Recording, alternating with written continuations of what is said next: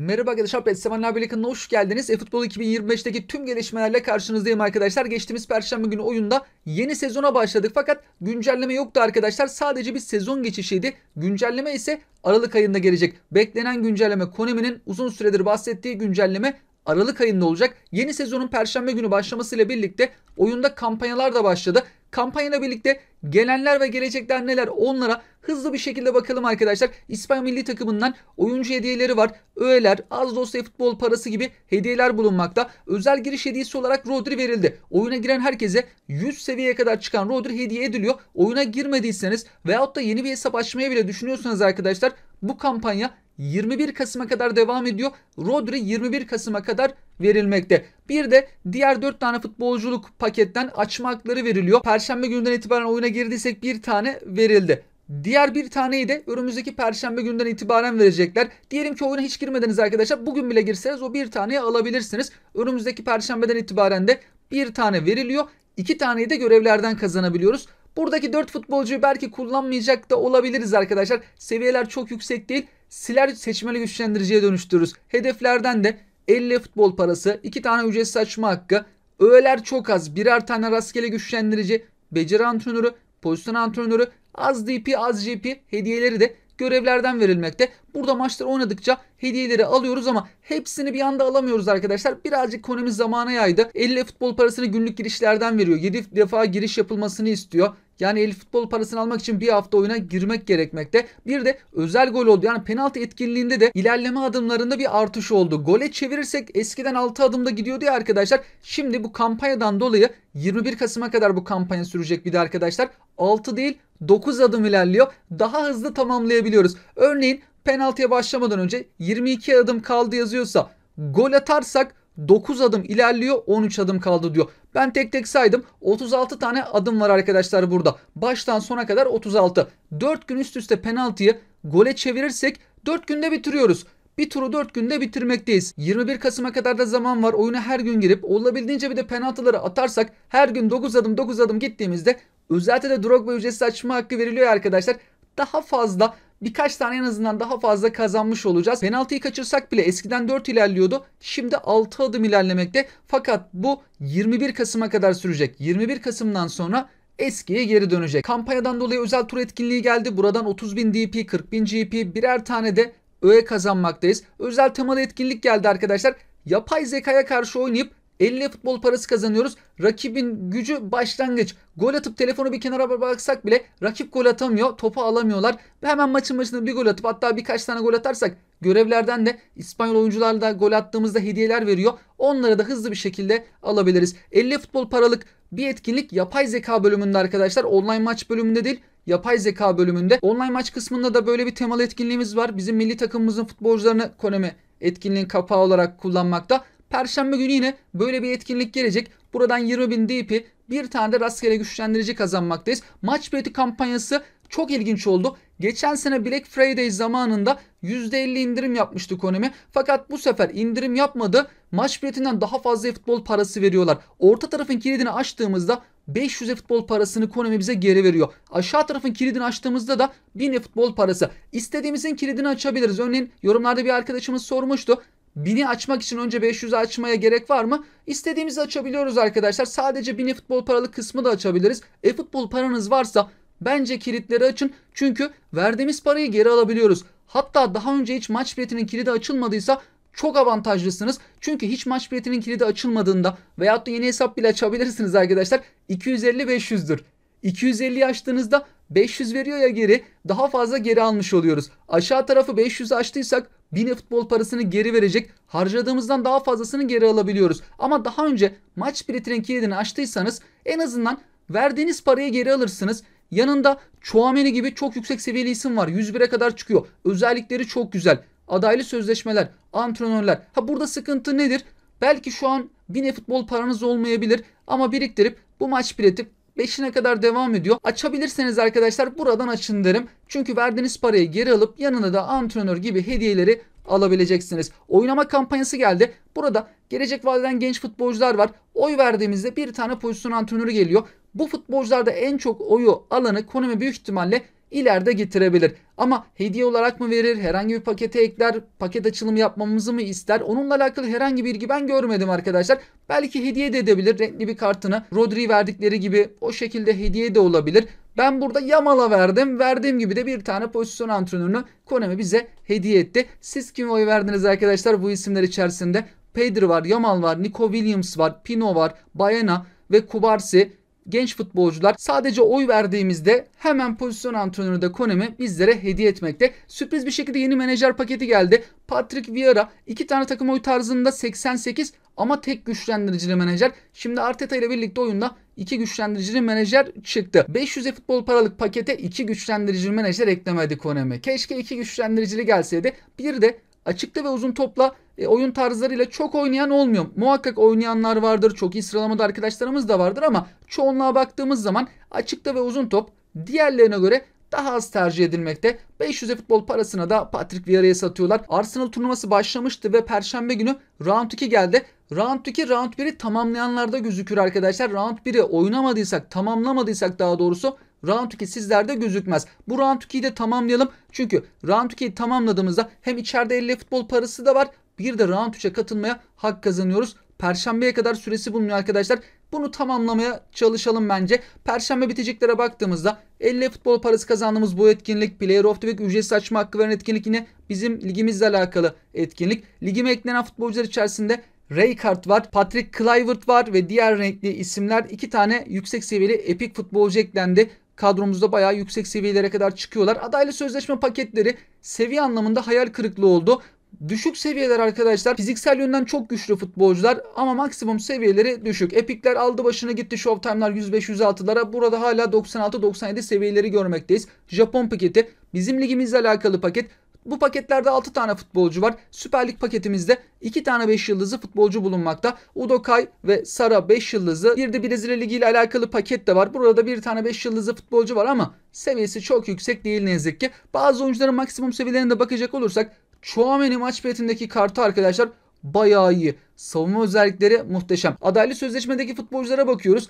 Casemiro 97. Hepsi de fiziksel yönden güçlü isimler. Casemiro savunma olarak çok iyi. 90 üzerinde özellikleri var.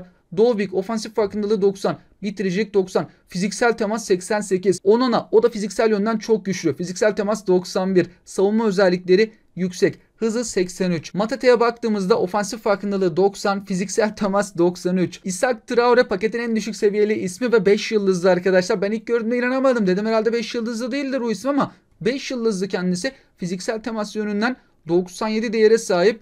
Diğer defansif özellikleri çok yüksek değil. 5 yıldızlı için tabi biraz düşük kaldı. Adama Traore maç biletinde orta kısmı eklenen isim 96 seviye. Burn var arkadaşlar. Sol bek stoperde oynayabilen bir isim. Çok uzundur. 2 metreden uzun boyu var. Fiziksel temas 92 onda da fiziksel yönden güçlü isimleri adaylı sözleşme eklediler ama seviyeler çok yüksek değil ne yazık ki. Bir de Japon Ligi epikleri geldi. Sol taraftaki Tullio var ya arkadaşlar. 4 numaralı formayı giyiyordu galiba. Ben ilk geldiğinde stoper zannetmiştim ama santrafor futbolcusu.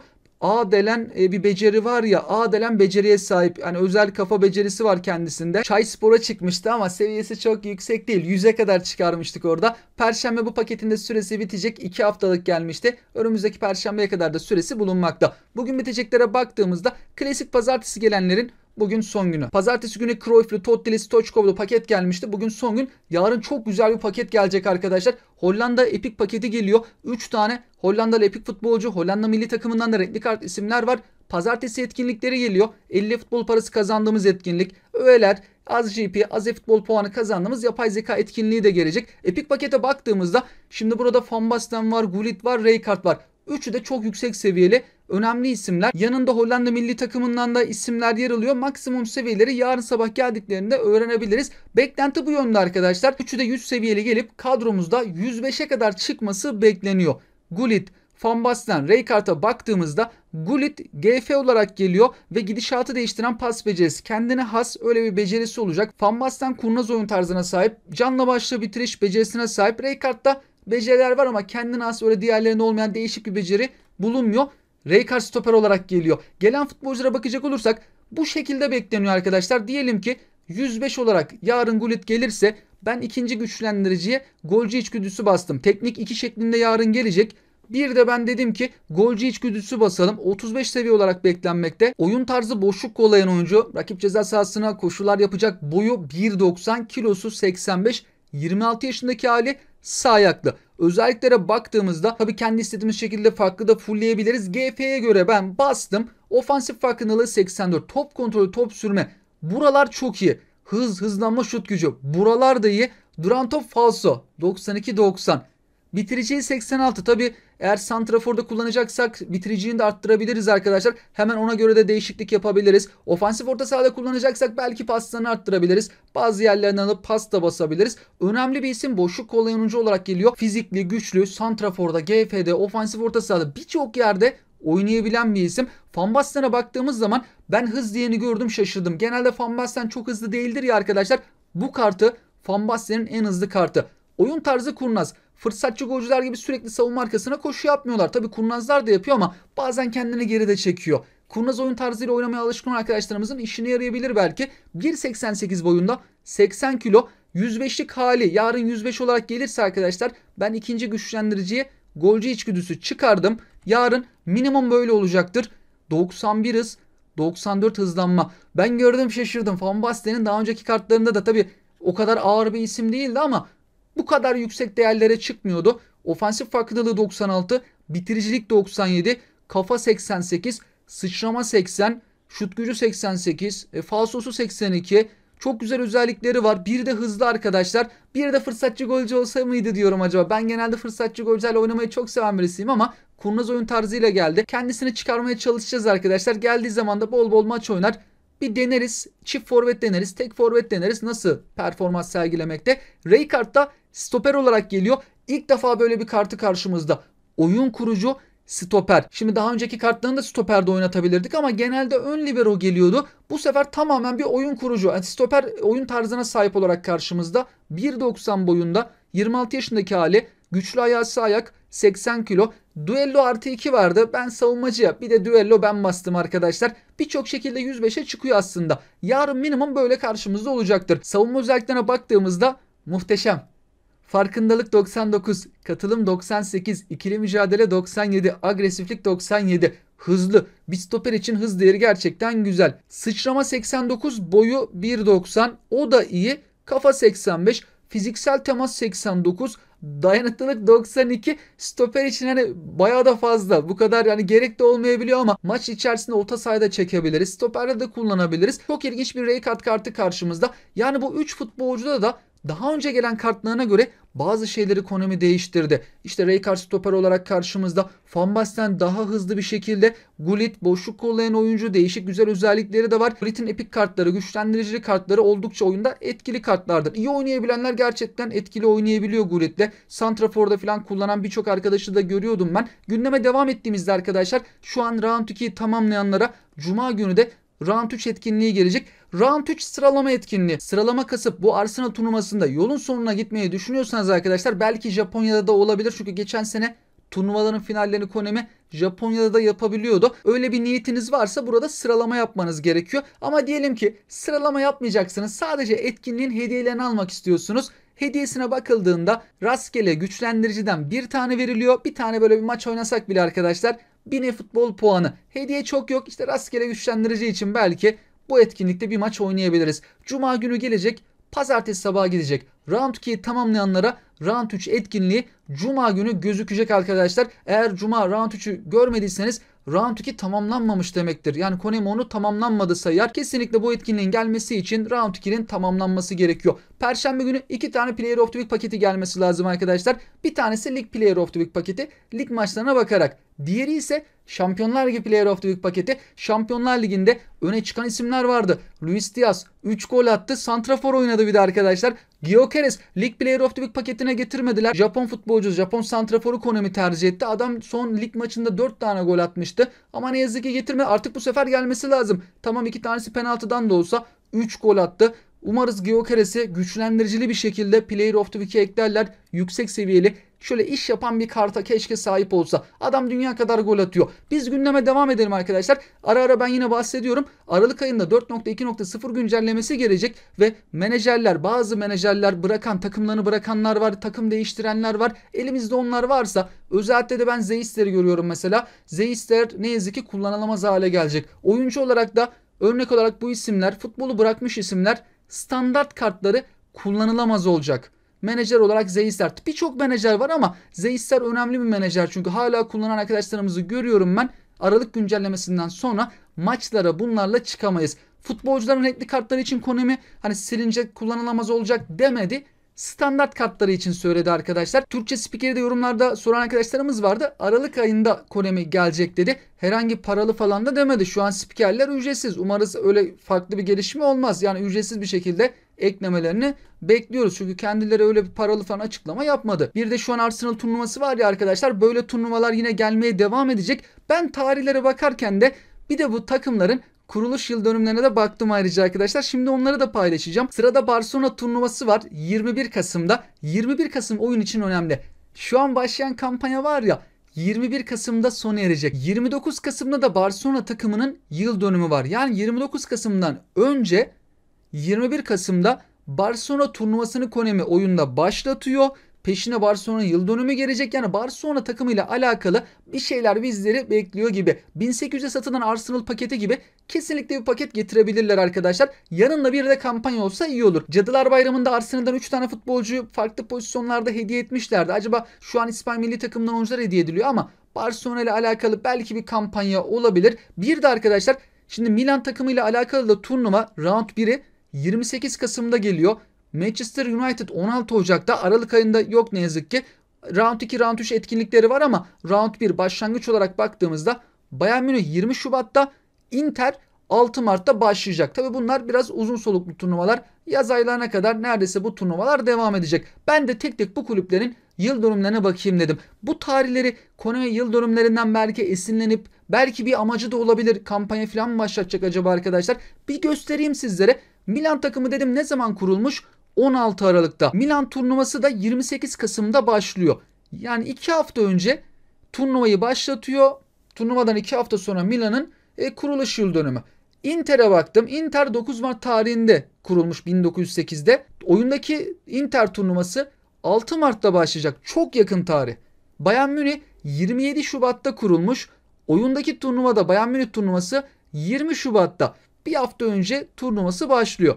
Manchester United biraz alakasız olmuş. 5 Mart 1878'de kurulmuş ama etkinliği Ocak'ta geliyor. Şimdi bu bir rastlantı mı? Bir tesadüf mü? Yoksa Konami'nin bir planı mı var? Acaba bir yıl dönümleriyle alakalı da hem turnuva geliyor ya, yanında acaba hediyeler falan olur mu? Ben pek tesadüf olduğunu düşünmüyorum. Yıl dönümlerine yakın bir tarihte turnuvalar başlayacak. Bunların paketleri gelecektir, bu takımların paketleri, ama keşke bir de kampanya olsa. Sizler de bu konuyla alakalı tahminlerinizi, görüşlerinizi lütfen bizlerle paylaşabilirsiniz. Ay sonunda Barcelona, Milan'la alakalı kampanyalar olursa şayet diğerleriyle alakalı da olacaktır o zaman. Barcelona takımı için 125 sayısı önemli vurguluyorlar. Şimdi bazı sayıları takımlarda önemser. 100. yıl dönümü gibi mesela 125'i de önemsiyorlar. Belki Konami onunla alakalı kampanya yapabilir. Hazır yapmışken diğer takımlarla alakalı da bir yıl dönümü kampanyası güzel olur. Bir gelişme olursa, bir haber olursa ben de sizlerle paylaşmaya devam ederim arkadaşlar. En kötü bu tarihlerde Round 1 gelecek. Sonra Round 2 gelecek.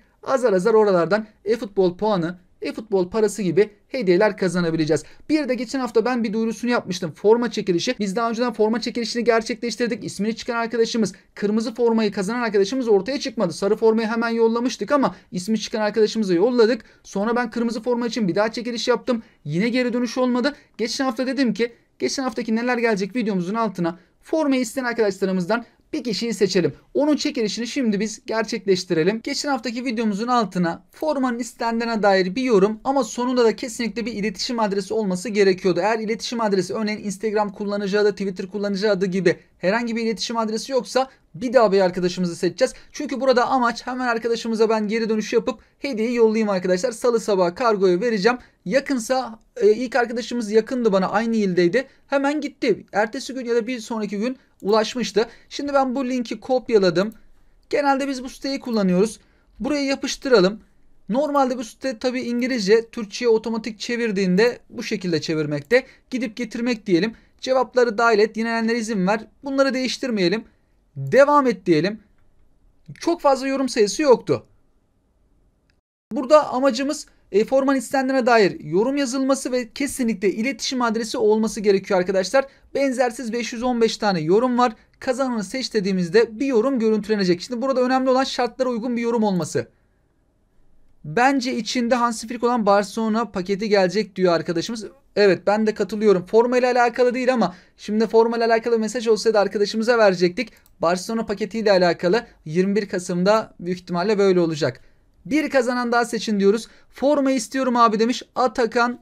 Hatta bir tekrardan İngilizce yapalım. Herhangi bir harf değişikliği olmasın. Arkadaşımızın Instagram adresi bu şekilde. Biraz ben büyüteyim. Atakan Oste 58. Sivas'ta olabilir arkadaşımız. 58'i yazmış. Arkadaşımız kazandı formayı. Ben hemen kendisine mesaj atacağım. Adres bilgilerini alacağım. Sivas'ta oturuyorsa Sivas'a yollayacağız formayı. Sizler de tüm her şeyle alakalı yorum ve görüşlerinizi bizlerle paylaşabilirsiniz. Şimdiden sizlere mutlu, sağlıklı, güzel bir hafta dilerim. Hoşçakalın.